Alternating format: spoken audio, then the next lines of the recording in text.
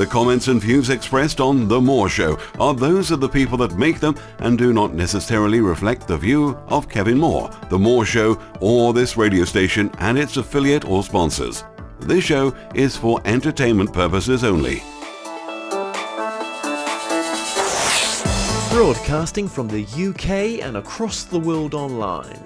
You're now watching The More Show, and I'm your host, Kevin Moore. Now for the next hour, I'll be covering subjects that will open up your mind and provide you with information you may have never heard before. Now on today's show, I'm about to be joined with my guest, Dr. Roger Teal. Now Dr. Teal is a life-transforming speaker and global spiritual leader. Through storytelling, humour and practical spirituality, Dr. Teal's transforming message, as well as in workshops, classes, businesses and national conferences, helps empower people and lead them to their limitless potential to live dynamically. Now Roger joins me today to discuss his latest book, This Life is Joy, discovering the spiritual laws to live more powerfully, lovingly and happily. Dr. Roger Teal, welcome to the show. Thank you. Glad to be with you. Thank you very, very much for coming on, and thank you for helping. Well, we rearranged this interview, so I appreciate you moving it with us. And my my schedule right now has just been a little bit crazy, but it's I'm so grateful to have you on eventually. And no problem. Really interesting background. I mean, you knew Dr. Wayne Dyer, didn't you? Oh yeah, he was a real good friend and a beautiful soul. I miss him greatly. He had a great impact on me. How did you meet Dr. Wayne Dyer? Well, I'm the senior minister of Mile High Church, which is a very, very big spiritual center, a center for spiritual living in Denver, Colorado. And Wayne really loved to come here. In fact, we started bringing him years and years ago, right after his first book, Your Erroneous Zones. And we've had him dozens and dozens and dozens of times after that. In fact, toward the latter years, he preferred only to do PBS Hay House presentations in Mile High Church. He really loved our audience. And so over that time, you know, our friendship just blossomed. And when I shared my book with him, he said, I want to write a foreword. And he wrote a lovely one and touched my heart. And so it was a very great shock when he left us. But his legacy is so profound. Oh, it is. And, okay, so your church, I mean, we have spiritualist churches in the UK and in Europe as well. Is this a spiritualist church? No, it's actually not. It's a New Thought church, it's called. And basically the principles are New Thought, ageless wisdom teachings. And they're drawn from all the faith paths, the deep mystical principles of all the faith paths. So it's really called New Thought, and our particular brand has often been called religious science. There's also the Unity churches and independent centers, but our movement is now called Centers for Spiritual Living. It brings a really dramatic, powerful, practical spirituality to our world that can be used in any situation, any event, and also bridges to all of the other faiths. Okay, so when new books come out, do you ever look at some books that are drawn to you and maybe add those books into the church as well, into the truths that you're preaching? You know, our founder was Ernest Holmes, and he was reluctant to start a church in the first place. What he really began was an educational institution to really teach was discerning to modern human beings. And it was only after 10 or 12 years of that the people said, we want a place. We want our own fellowship. We want our own place to study. And his vision actually was to take these teachings into all the other churches to help them be even more effective in what they're teaching, as well as into education and governance and healthcare and all of those things. But his vision was a little bit ahead of its day. And so reluctantly he started a church, but he said, I want this church to be open at the top. Open at the top for new revelation, new insights, because he said God's not done talking, and we're not done discovering the higher truths and the higher laws by which we can live effectively. And so that was his vision, and we still we have a foundational teaching that is very, very solid and powerful, but it's not meant to be a trap. It's meant to be a springboard for people to grow and explore in their own lives. Well, yeah, I mean, we just don't know, do we, the true reality of this. We just don't know the nature of this reality that we're living in right now. We just don't. Yeah. And it's forever shifting, isn't it, as our truth shifts? Absolutely. And we need to keep growing. We need to keep questioning. There's certain spiritual values that I think are eternal and ageless. And at the same time, though, how we learn and grow and implement them are forever expanding. And we need to be doing that. And we need to be bridging the cultures and bridging the faiths. You see, we don't believe in our teaching that we're the only way. In fact, I hold that the twin sins of religion are absolutism and authoritarianism. And to the degree that any path gets into saying it's absolutely the only way and ours is absolutely the only teaching as we're teaching it, and then exerts authority and a heavy hand on its people and on society, to that degree it becomes toxic. But the essential essence of the faith paths is a universal thing, and so we want to bridge between all of the faith paths, and we're right for some people in our teaching, but for instance, here in Denver, Colorado, we have a rich interfaith activity going on that thousands of our people are very interested in. For instance, this Saturday, just a couple of days ago, for us, we joined with the Sikhs here in our state and with the Interfaith Alliance here in our state, and we did what's called a langar, which in the Sikh tradition is feeding people. And we fed many of the homeless and hungry in our city, right in the center of Denver. And we've held Sikh services with the Sikhs, with the Sufis, with the Jewish traditions that are the mystical traditions, and many other faith paths, the Celtics. And so we really seek to create these bridges. And I think that's a part of the saving humanity, really, is overcoming our differences. It is. You imagine if most mainstream religions could become see the qualities within each other and unite somewhere along those lines. Overnight, the world would change. It really would. Yes. It really would.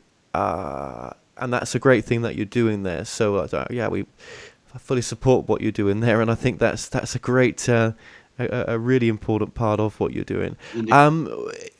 How do you get into? I mean, this is different terminology, obviously, than what I'm used to. But how did you get into? Is it ministry, teaching ministry? Well, I discovered these principles in my teens.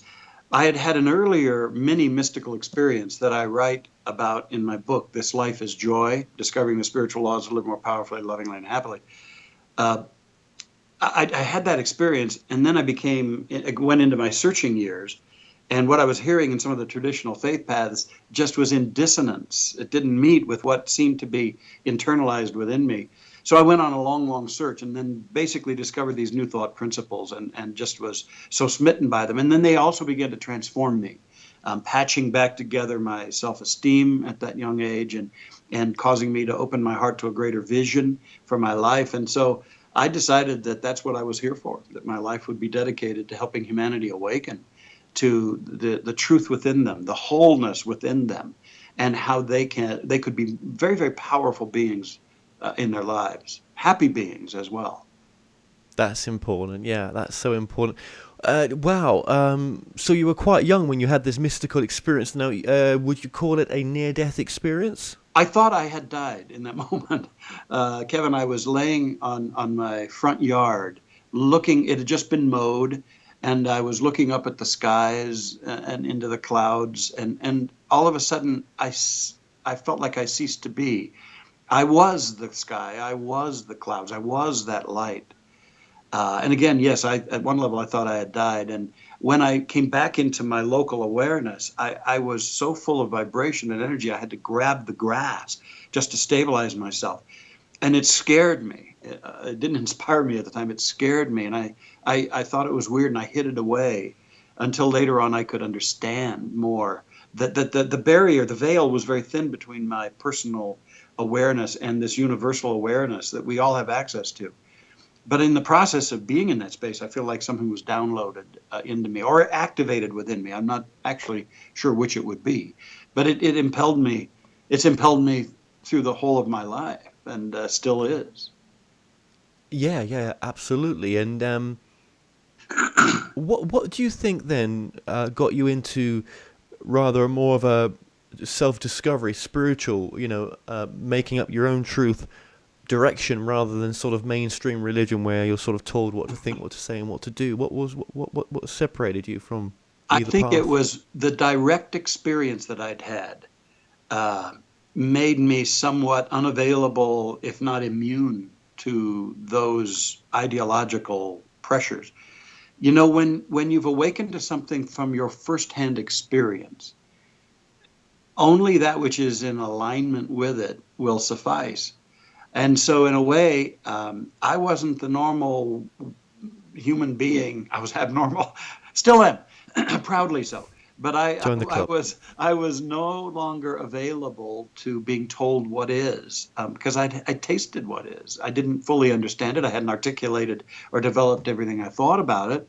But when you've had that experience, you know something, and then you unfold awareness about it over your years.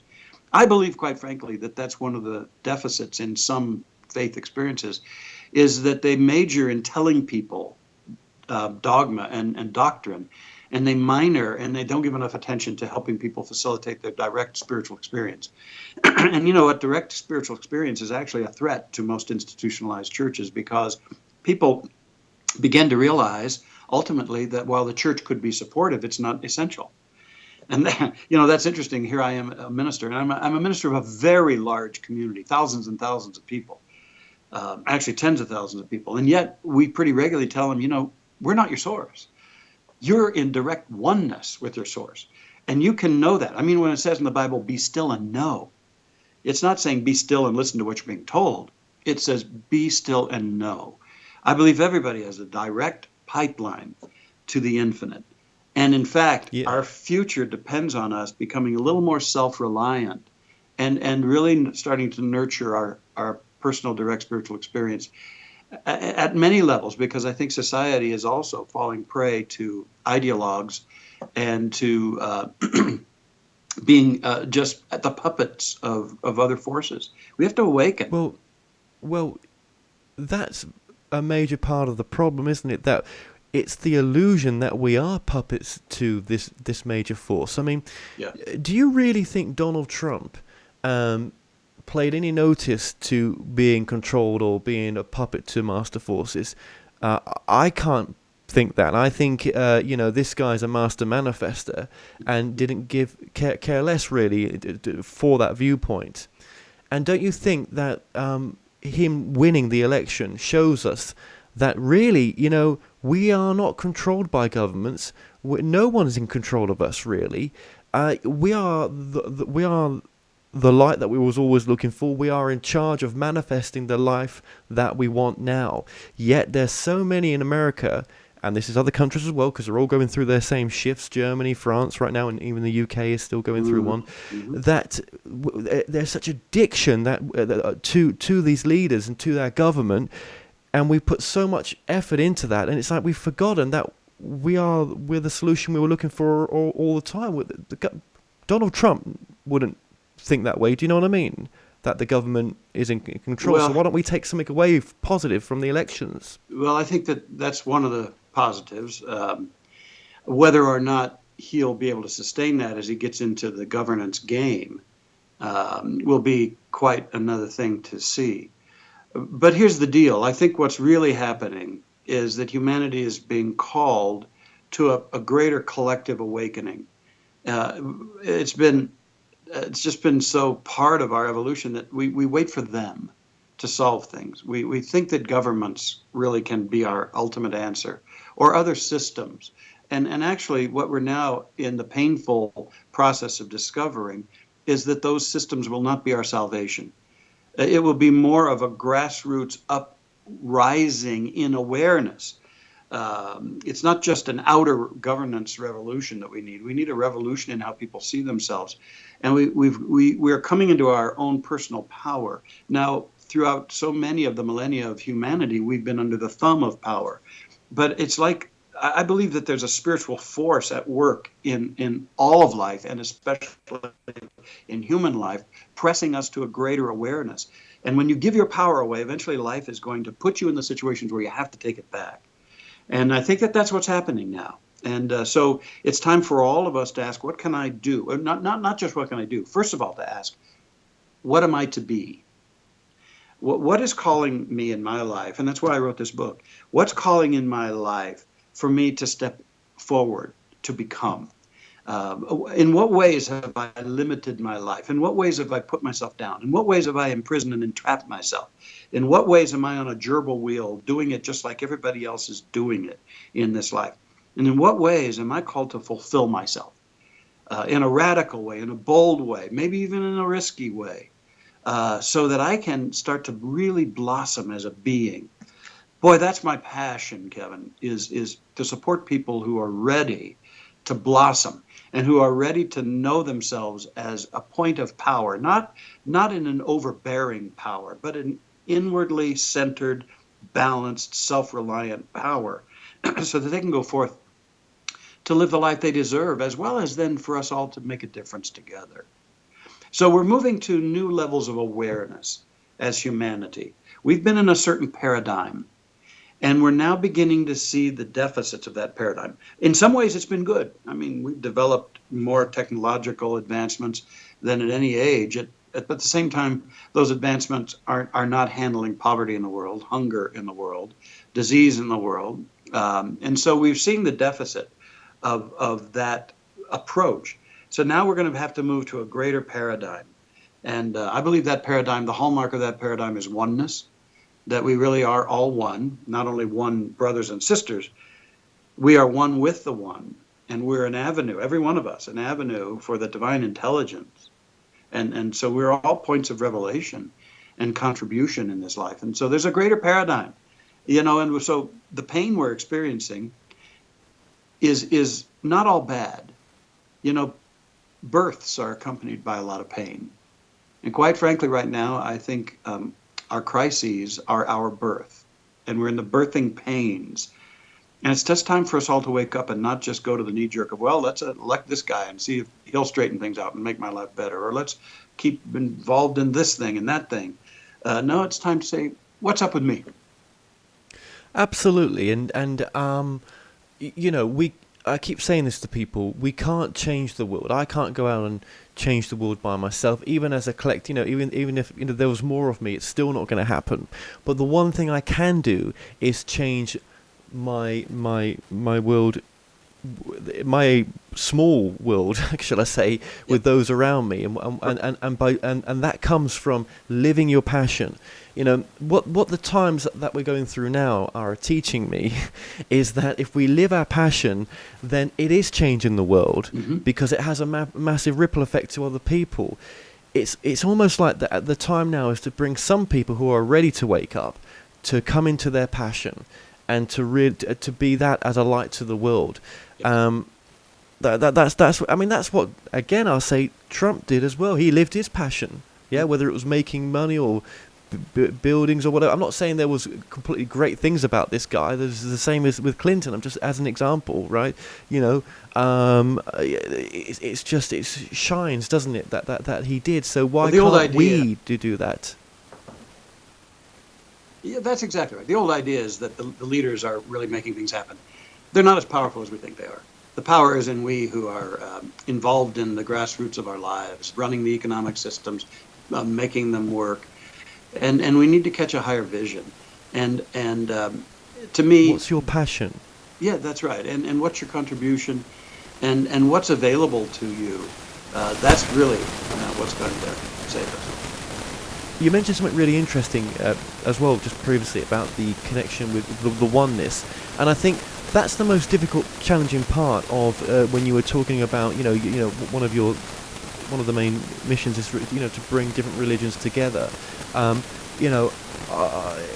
other religions understand the idea that if we are consciousness, they are consciousness, and we all come from the same source, there is a connection there? Or is it, again, do you find that some religions are like, well, no, this is the truth, this is what we've been told, this is what's in the one book, and we can't break that? I mean, I'm just curious, because how do you bring them together? What's some of the things, is it just community activity that brings other religions together? Is that a starting place? Well, what we have discovered is, first of all, it's important to come together and listen to one another and become friends.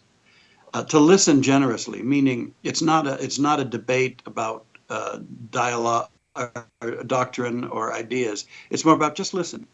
And what we're discovering as we do that there are far more similarities. If you drill down, there are far more similarities than differences in the faith paths.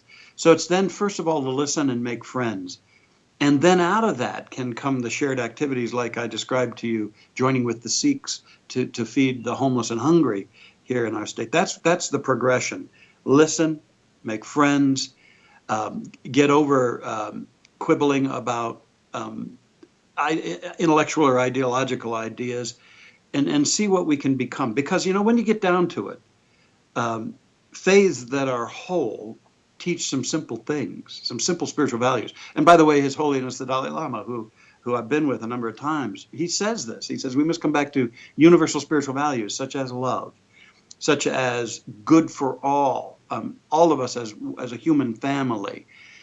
Because you see, we cannot survive if we're against one another. It's becoming unsustainable to feel separated and to separate others and just work for one's own good, because it's a whole system. And if significant parts of our human population go downhill, and the disease and the pestilence and the deprivation get exceedingly greater, then it's going to affect the whole of us. And we live in this illusion that we can wall ourselves off, and we cannot. And so we're of one family, and that's what the great paths are teaching, that God is an intelligence, an available power or spirit, whatever you want to call it, a universal essence. We're all a part of it. We're brothers and sisters. Love is what we're here to learn how to do. We're here to open our hearts, not keep them closed. And we're here to overcome the great plague. And you might think that's some biological disease, but I'll tell you what the great plague is: fear. And many of the principalities and the systems and the governments and the churches out there are really trying to scare people, because fearful people can easily be under the thumb. Fearful people give up their power pretty quickly for security, false security. And so fear is being broadcast in so many ways. Even merchandisers and companies, they broadcast fear because it's such a great sales tool, as is guilt, by the way, but fear is chief among them. And so they scare people into buying their product or believing their ideas. So much of religion, when it is inappropriate, is fear-based. And well, of course, always has been. So that's the great false evidence. Yeah, I call it false evidence appearing real, and as you say, it's the Great Plague. Yeah, well, there's another one, because fear, when people are infected with fear, they forget everything and run, and that's another acronym for that thing of fear. But truly, it's time for us to waken out of that control, and all join together. And I know, here's the deal about much of organized religion in our country, and I'll check in with you and see how you're experiencing it. But those groups that are the only churches that are growing, the only spiritual systems in our culture that are growing, are either the more, what I would humbly call, innovative or progressive ones, such as what I'm involved in, or the extreme right that preaches essentially exclusion, absolutism, and even hate. All of the mass in between are dying, because people are checking out of, they're waking up more and more, Kevin. They're unwilling to believe that there's a chosen people, and that God has ruled everybody out. They're unwilling to believe that we were created originally sinful. They're unwilling any longer to believe that they must fear God, when the real translation of that word in the Bible is meant to be revere God.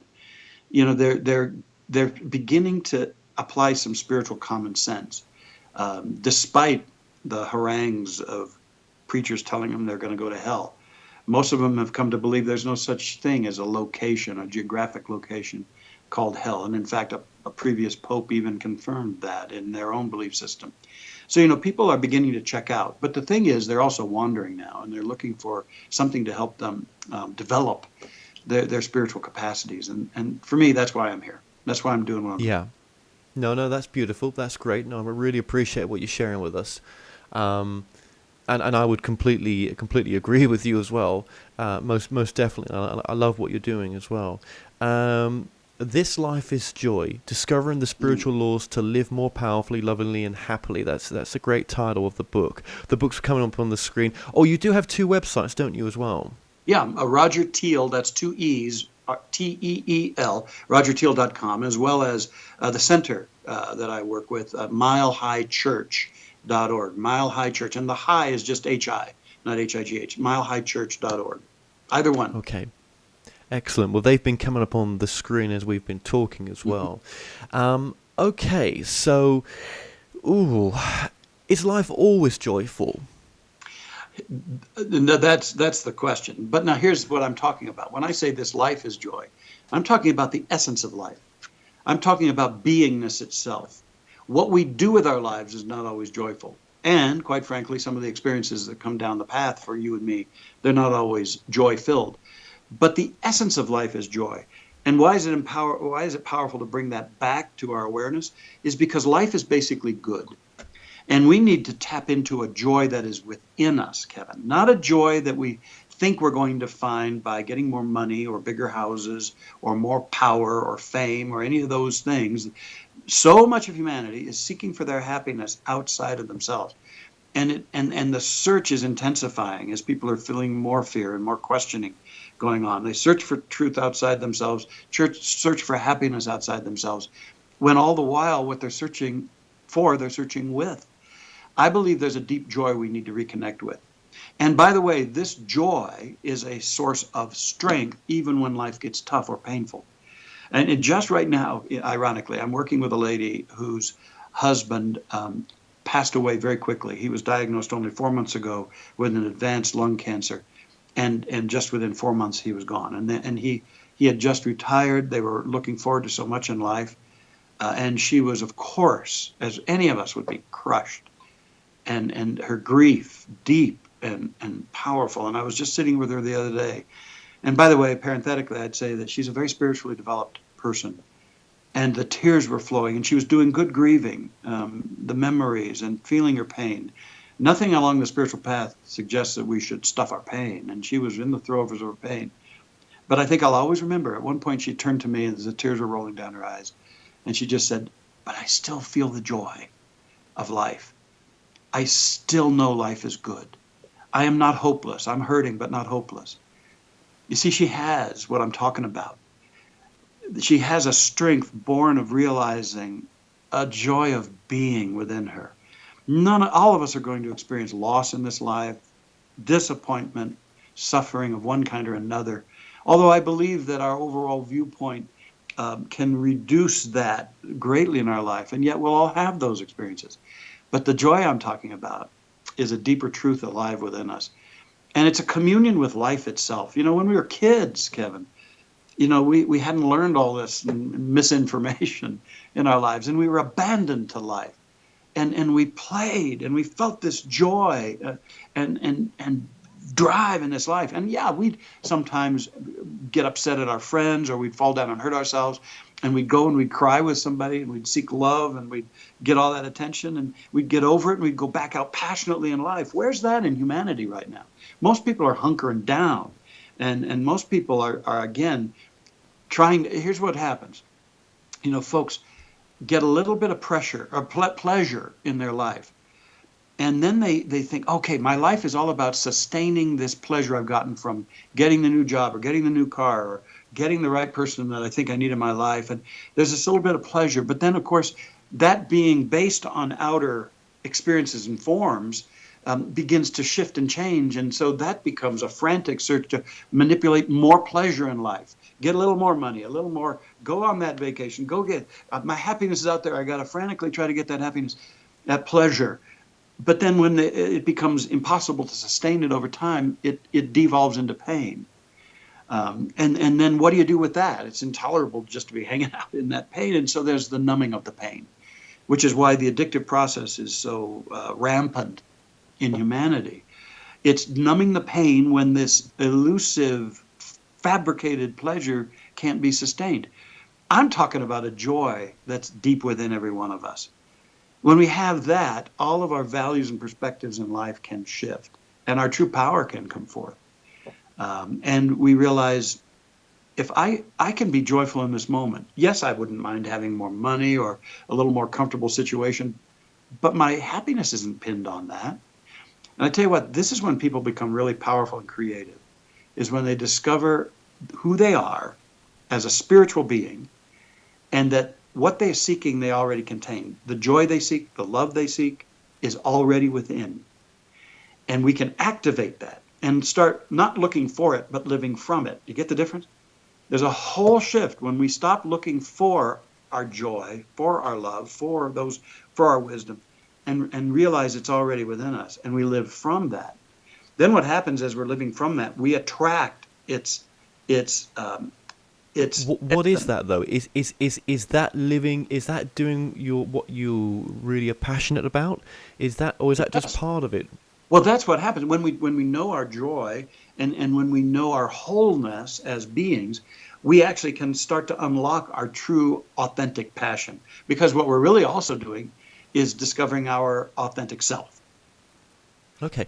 What about surrendering? I mean, I'm sure there's many points in your life that you've had to do that. I've got a whole chapter in the book on surrendering. This journey is surrender. But a lot of people misinterpret surrendering to be giving up. But actually, I think of it as giving in and opening to the flow of the divine within us. We surrender our sense of littleness. We surrender controlling. We surrender fear. And we open in a trust relationship to something deeper within us, and we start honoring that. And again, that kind of surrender is when we truly become inwardly inspired.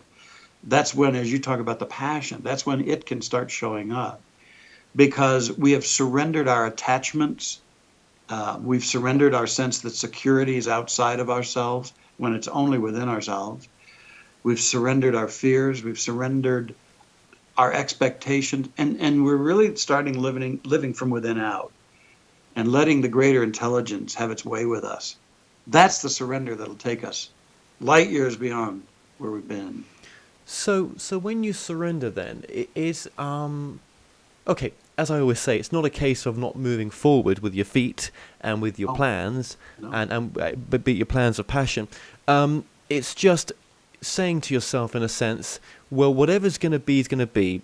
I can only do what I can do, and what life brings to me will be for my best. Well, that's true. It's believing that your highest and best is unfolding through you. That's a beautiful thing. But the surrendering is also this quality of realizing you're partnering with something. That there's an infinite intelligence of which you are a center. And now rather than sticking with your own little tiny conclusions and intelligence, you're saying, I surrender my certainties. I surrender my judgments. I surrender my belief systems that have contained me. And now I realize I'm in partnership with the infinite.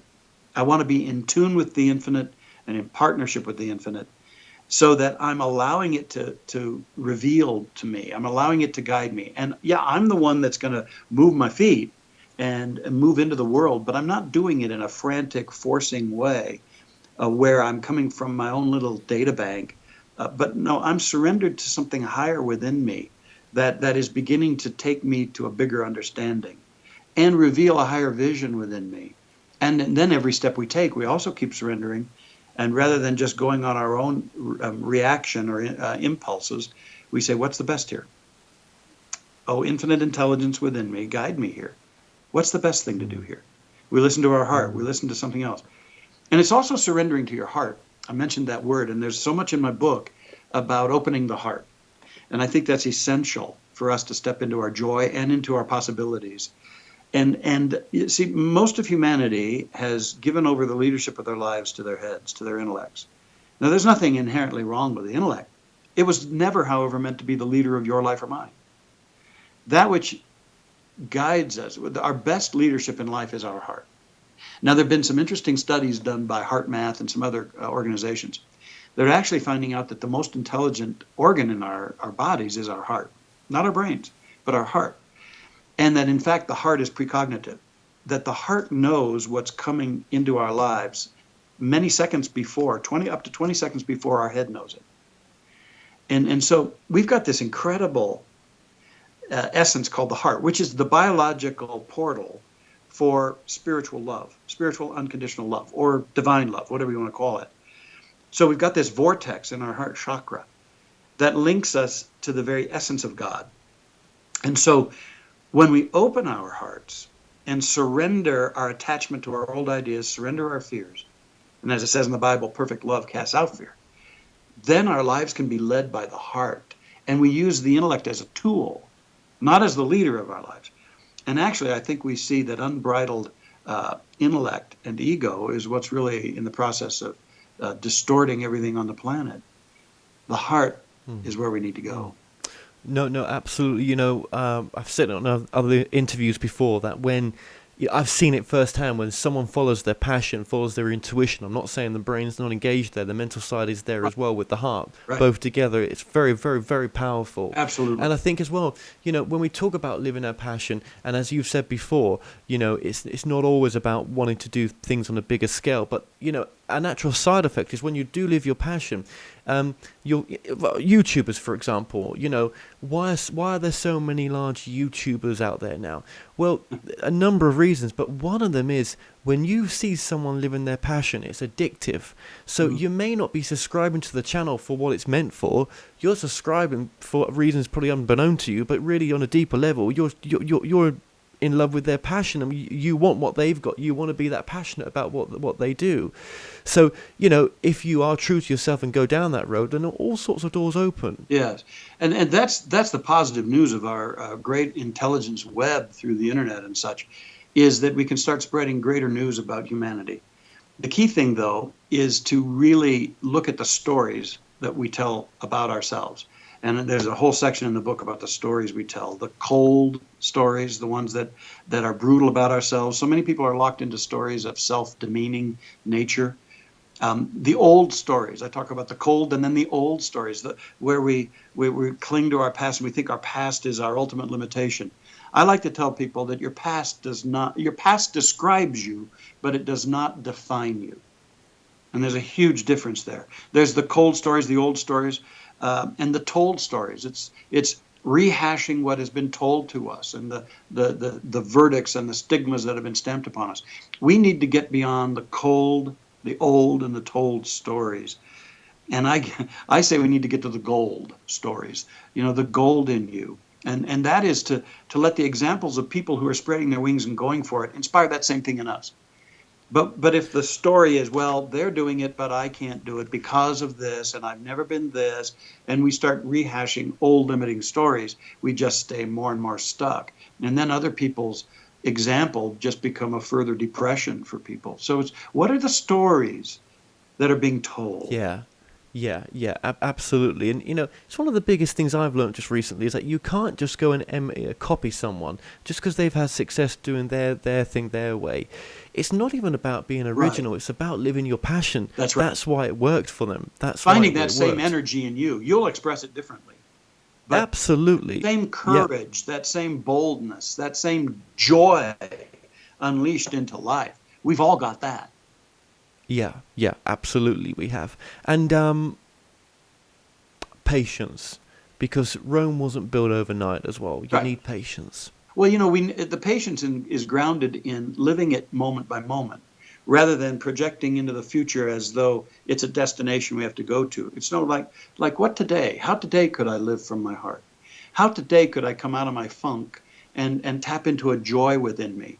How today could I stop giving my power away to my problems and free my awareness and free my joy? How today could I do one or two things differently and discover that my life could be richer?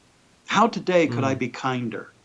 Could I go out into the world and just pay it forward a little bit and do a blessing and enjoy that part of me that's made to give and to share? How today could I let go of an old idea that has toxic energy in it or hate energy? You see, this day You know, I'm remembering in the Bible it says, choose this day whom you will serve, God or mammon. What that really means is today I get to choose whether I'm going to serve the past, serve what everybody else is telling me I can be or do, serve my old limitations, or am I going to serve the Spirit in me? Am I going to serve the heart in me, serve the joy in me? What am I going to serve?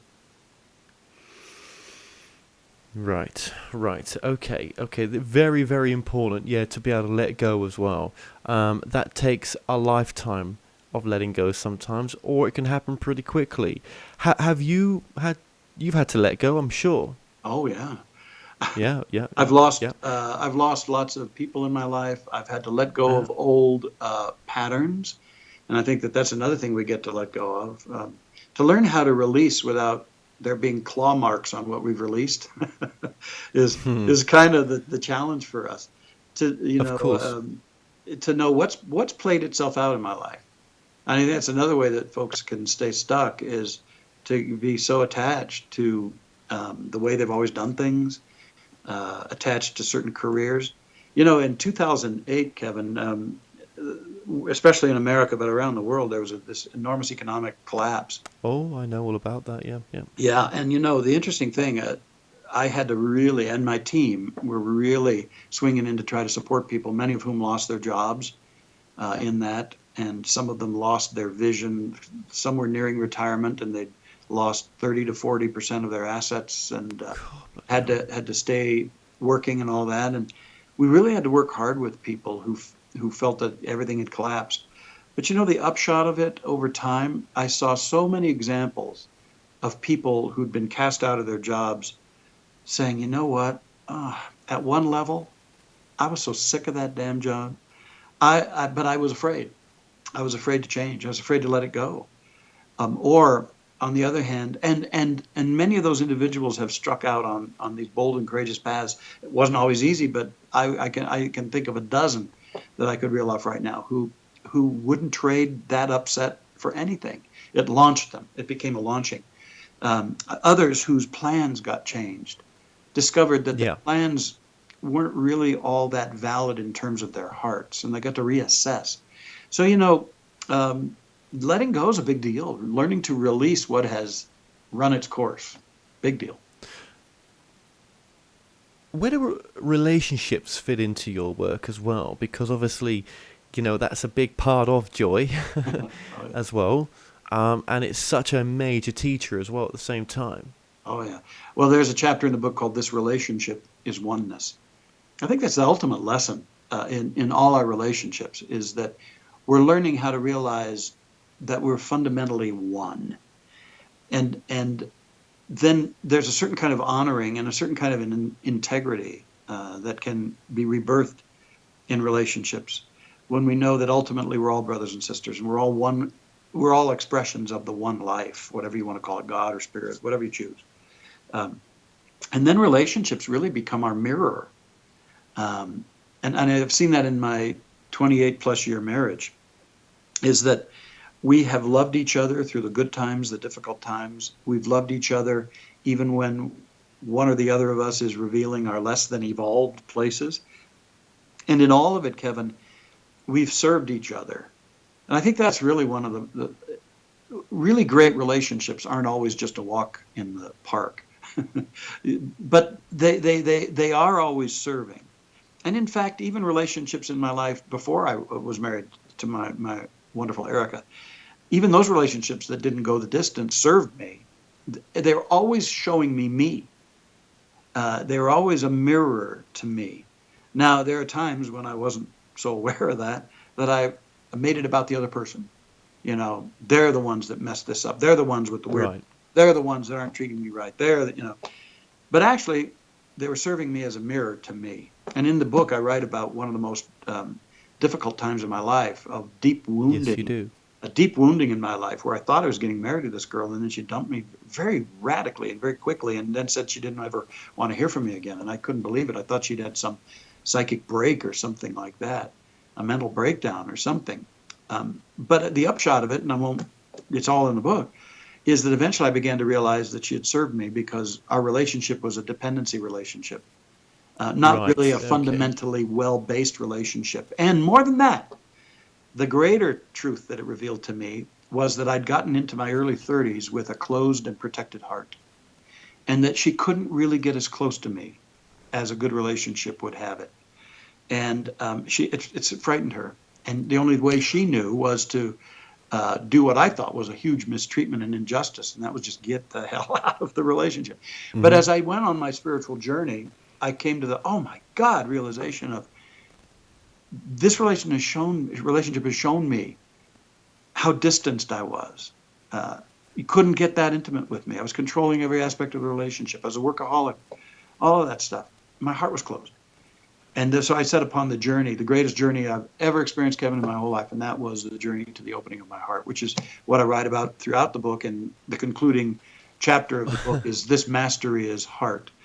And everything shifted in that. And so I could look back on that relationship, and I could say thank you. And in fact, a couple of years after the breakup, she finally contacted me and said, I think we could meet now. I think she must have sensed that I'd done some deep growth work. And we shared about it all. We cried together. We talked about how it hurt both of us. We forgave each other, and we went our ways. And well, that's beautiful. Some people don't even get that. Yeah. I think every relationship that breaks up, there needs to be a relationship autopsy. So you just don't get the opportunity sometimes, though, do you?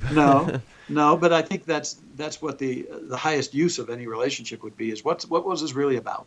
We can do the name calling and stay in the little stories about who did what to whom, but what was it really about to me? I mean, everybody co-creates a relationship. It's not just the other person that does them wrong. So what in me was this trying to awaken in me? That's what I got out of that. And you know what, Kevin? It opened up the greatest part of my life. I wouldn't be talking to you right now. I know that. I wouldn't have this incredible relationship, my boys, my grandkids, if I hadn't been willing to really look in the mirror that earlier relationship was showing me and see myself, not putting myself down, but see, on your journey, here's your next step, and this relationship is showing you that. So there's soul messages in all of our hurts, in all of our woundings, in all of our breakups. Absolutely. So just very, very quickly then, what's an open heart relationship look like and work like? I mean, well, first of all, we stop looking to the other person to be our source, and we take responsibility for our hearts, and we keep our hearts open, and we learn when we're not in an open-hearted space and when we are. It's a beautiful DVD out called The Power of the Heart, and I recommend it to anybody. You can get it on Amazon or throughout all those distribution points. Okay. And in it, a wonderful guy named John Gray talks about how his wife will, if they're having a heated conversation, his wife will cut it off and say, I will talk to you when you can talk to me through my heart. You go off and do what you need to do, blow off steam, do what you need to do. But when we can talk, each of us from the heart, we'll reconvene. And for him, he says in the DVD, she's such a great teacher to me of how to recognize when I'm in my fear and in my ego and am blasting from that, and the alternative of when I'm in my heart. So what we stop looking for other people to be our source. We start managing our own hearts, and then we come together, and the communication's entirely different. The intentions are different. Yeah, absolutely they are. And do you find that your relationship now that you're in that space, do you tend not to have the big arguments? Not necessarily. We're human beings. This is not about perfection. It's about progress. Yeah, we get crosswise with each other. I don't think it's as hostile and as toxic. You see, the heart eventually resolves everything too. You get to share your wounds, your feelings, your upsets, but the heart takes you beyond it. And you eventually realize, okay, we've gotten that out. The truth is we still love each other. We reconnect and we go on. We go on stronger. But dysfunctional relationships don't get to that kind of resolution. They stay in the toxic attack arena. And so they don't those fights don't become useful. I think anytime you have a conflict, it can be very useful, because if you address it in a productive way, it takes you to a bigger space. You're even more bonded. You're even more powerful. Absolutely. And do you find as well? Sorry, I hate to butt in here. I know we're fine. Almost out of time. Sorry. Do you find as well that that the person that you are with, that you are on the same frequency as. You're vibrating at the same level. You're not with someone who's not into having conversations on the same subjects. Absolutely. Or not able to perceive the quality of the person that you are now because of the embracement of the subjects that you do you know what I mean? I think when the person that you attract is the person who that your frequency matching. So if you're attracting someone that you would think as completely not on your level, you have to say to yourself, hang on a minute, this is, you're coming from the same space. Yeah, I think that's why some relationships are only around for a little while in our lives.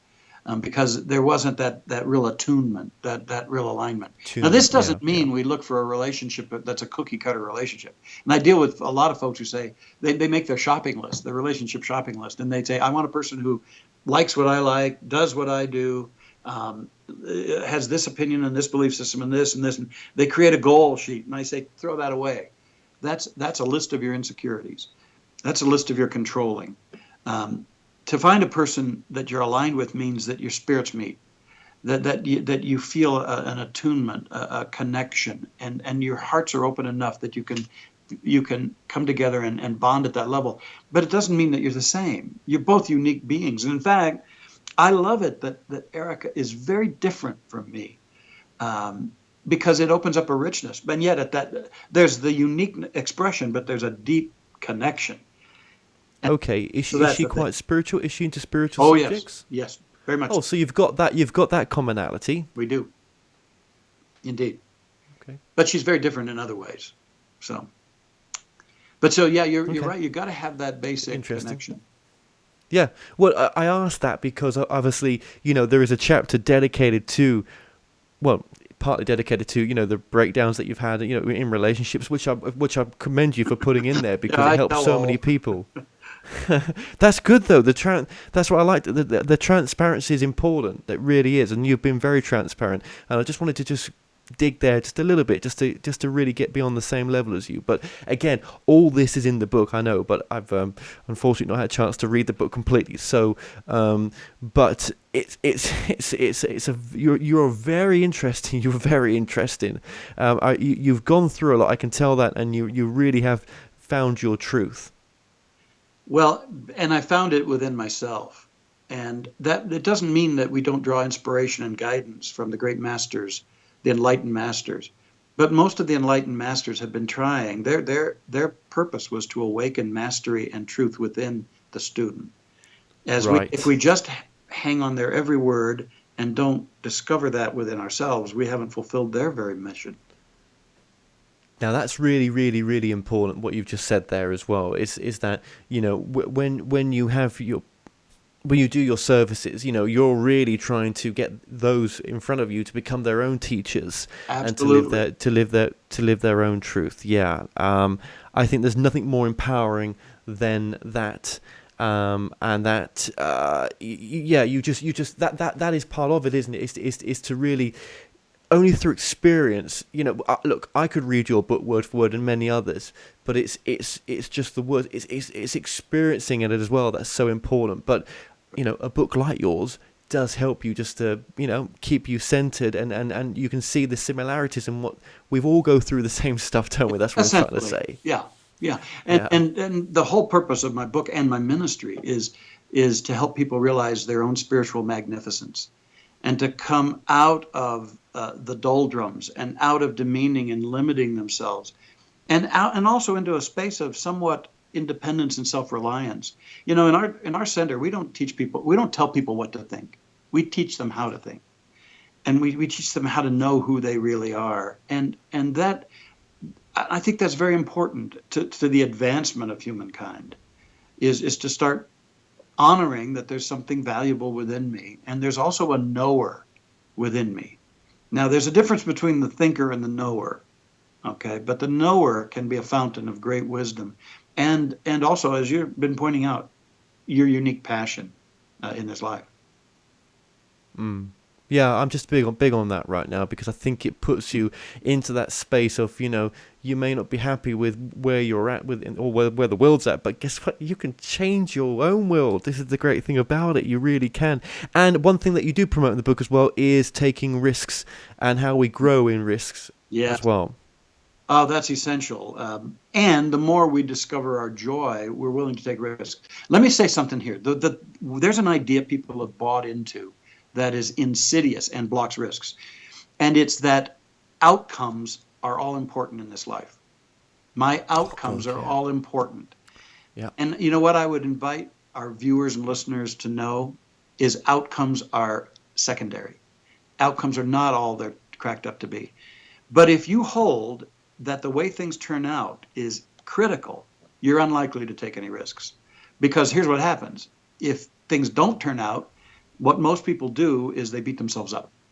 They lower their sense of self-worth, and they're less inclined to take risks. They're less inclined to hear their guidance, to use their creativity, because they made the outcome such a big deal.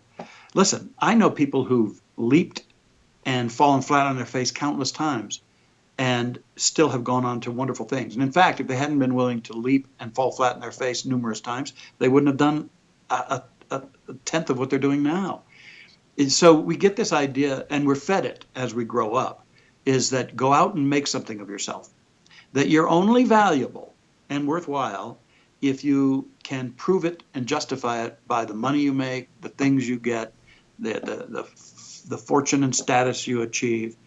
And so most people are rushing around trying to get those outcomes, not just because they feel like those are important things, but the hidden purpose for them is so that they can feel good about themselves and justify themselves, feel validate themselves, fulfill their parents' expectations, their loved ones, their mentors, whatever the case may be. And I'm saying you're living life for the wrong damn reason if you're doing that. Outcomes are not that important. What's important is that you listen to yourself and that you decide before you take a risk that you're going to turn out to be a winner no matter what happens. Because you can decide that you're going to get value from the outcome regardless of what it is. That you are going to learn from it, you're going to love yourself more intensely no matter what the outcome, and you're going to keep going for it until you achieve that or even something greater than you imagine. I wish so many souls right now could hear what you were saying, but you know what? When it's the right time, they will get it from somewhere. Well, they can start spreading my book around, Kevin, and let that... No, you know what I mean. Yeah, exactly. Yeah, it's just what you said. It's just but the thing is, if you said that to a soul that's not ready, to a person that's not ready, it'll go in one ear and come quicker out the other. That's right. So they've got to be ready for it. Yeah. But let's spread the news that we're not here to prove ourselves. We're here to be ourselves. And there's a huge difference. Yeah, so true, so true. Well, I was going to say there, Roger. Do you have any message to the audience? I think you've already given it. I think that was it. Yeah, I think that was it. Yeah. Well, that was a beautiful message, and all I'd like to say is, Dr. Roger Teal, I hope our paths cross again, and thank you so much for joining us today. Listen, I heartily would look forward to that. I'll serve anytime I can, Kevin. All the best in what you're doing. Well, we've come to an end on today's show. Don't forget that you can listen and watch all our past interviews on the More Show's official YouTube channel. Remember to subscribe to our YouTube channel for new daily shows.